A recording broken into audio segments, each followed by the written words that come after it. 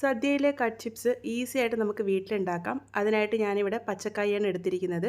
ആദ്യം പച്ചക്കായയുടെ തൊലിയാണ് കളഞ്ഞെടുക്കാൻ വേണ്ടി പോകുന്നത്. അതിന് മുന്നേയായിട്ട് കയ്യിൽ ഇതുപോലെ നല്ലപോലെ വെളിച്ചെണ്ണ ഒന്ന് തടവി കൊടുക്കുക. അതിനുശേഷം നമുക്ക് ഈ ഒരു പച്ചക്കായയുടെ തൊലിയൊക്കെ ഒന്ന് കളഞ്ഞെടുക്കണം. ഇതുപോലെ രണ്ടറ്റവും ഒന്ന് മുറിച്ച് മാറ്റിയതിന് ശേഷം ഒന്ന് വരഞ്ഞെടുത്ത് കഴിഞ്ഞ് ഈസി ആയിട്ട് നമുക്ക് തൊലി മാറ്റിയെടുക്കാൻ വേണ്ടി പറ്റും. കത്തിയുടെ സഹായത്തോട് കൂടിയിട്ട് ഇതുപോലെ നമുക്ക് തൊലിയൊക്കെ ഒന്ന് മാറ്റിയെടുക്കാം.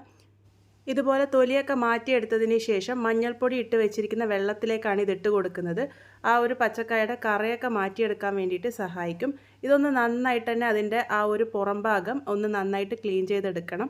അല്ലാന്നുണ്ടെങ്കിൽ അതിൻ്റെ കറ അതുപോലെ നിന്നിട്ട് ഒരു കറുപ്പ് കളറടിക്കാനുള്ള സാധ്യതയുണ്ട്. കൈ ഉപയോഗിച്ചോ അല്ലാന്നുണ്ടെങ്കിൽ കത്തിയുടെ ബാക്ക് സൈഡ് ഉപയോഗിച്ചിട്ടോ അല്ലാന്നുണ്ടെങ്കിൽ സ്ക്രബ്ബർ ഉപയോഗിക്കാത്ത സ്ക്രബ്ബറാട്ടോ ഉപയോഗിച്ച് നന്നായിട്ടൊന്ന് സ്ക്രബ് ചെയ്തിട്ട് വേണമെങ്കിൽ എടുക്കാവുന്നതാണ്.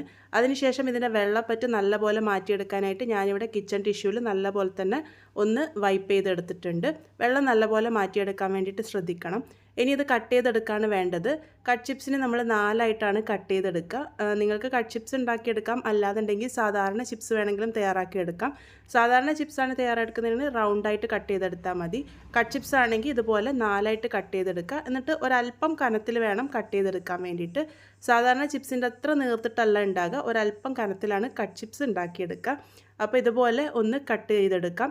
ഇതേപോലെ ഞാൻ ബാക്കിയുള്ളതൊക്കെ ഒന്ന് കട്ട് ചെയ്തെടുത്തിട്ടുണ്ട്. കട്ട് ചെയ്തെടുത്തതിന് ശേഷം നമുക്കിത് ഫ്രൈ ചെയ്തെടുക്കാം.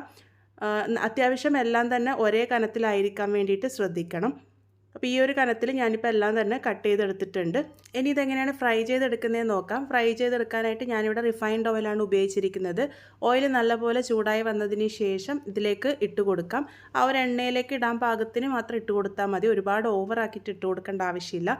അതിനുശേഷം ലോ ഫ്ലെയിമിൽ വെച്ചിട്ട് വേണം ഇത് കുക്ക് ചെയ്തെടുക്കാൻ വേണ്ടിയിട്ട്. ഒരല്പം ക്രിസ്പി ആവുന്നത് വരെ ഞാനിപ്പോൾ ഇവിടെ ഫ്രൈ ചെയ്തെടുത്തിട്ടുണ്ട്. അതിനുശേഷം ഇതിലേക്ക് ഉപ്പും മഞ്ഞളും കലക്കിയ വെള്ളമാണ് ഒഴിച്ചു കൊടുക്കുന്നത്. നമ്മൾ ഇട്ട് കൊടുക്കുന്നത് ആ ഒരു പച്ചക്കായൊക്കെ ഒരല്പം ക്രിസ്പിയായി വന്നതിന് ശേഷം വേണം ഈ ഒരു വെള്ളം തളിച്ചു കൊടുക്കാൻ വേണ്ടിയിട്ട്. ആവശ്യത്തിന് തളിച്ചു കൊടുക്കുക. അതിനുശേഷം നല്ല പോലെ തന്നെ ഇത് ലോ ഫ്ലെയിമിൽ വെച്ചിട്ട് ഫ്രൈ ചെയ്തെടുക്കാം. ലോ ടു മീഡിയം ഫ്ലെയിമിൽ വെച്ചിട്ട് നല്ല ക്രിസ്പി ആവുന്നത് വരെ തന്നെ ഫ്രൈ ചെയ്തെടുക്കാം.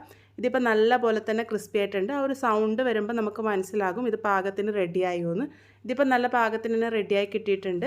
നല്ല ക്രിസ്പി ആയിട്ടുള്ള കട്ട് ചിപ്സ് ഈസി ആയിട്ട് നമുക്ക് വീട്ടിൽ തയ്യാറാക്കിയെടുക്കാം. അടുത്ത വീഡിയോ ശർക്കര ഉപ്പേരിയുടെയാണ്. മറക്കാതെ കാണാൻ ശ്രമിക്കുക. ട്രൈ ചെയ്ത് ഫീഡ്ബാക്സ് ഒക്കെ പറയാൻ മറക്കരുത്.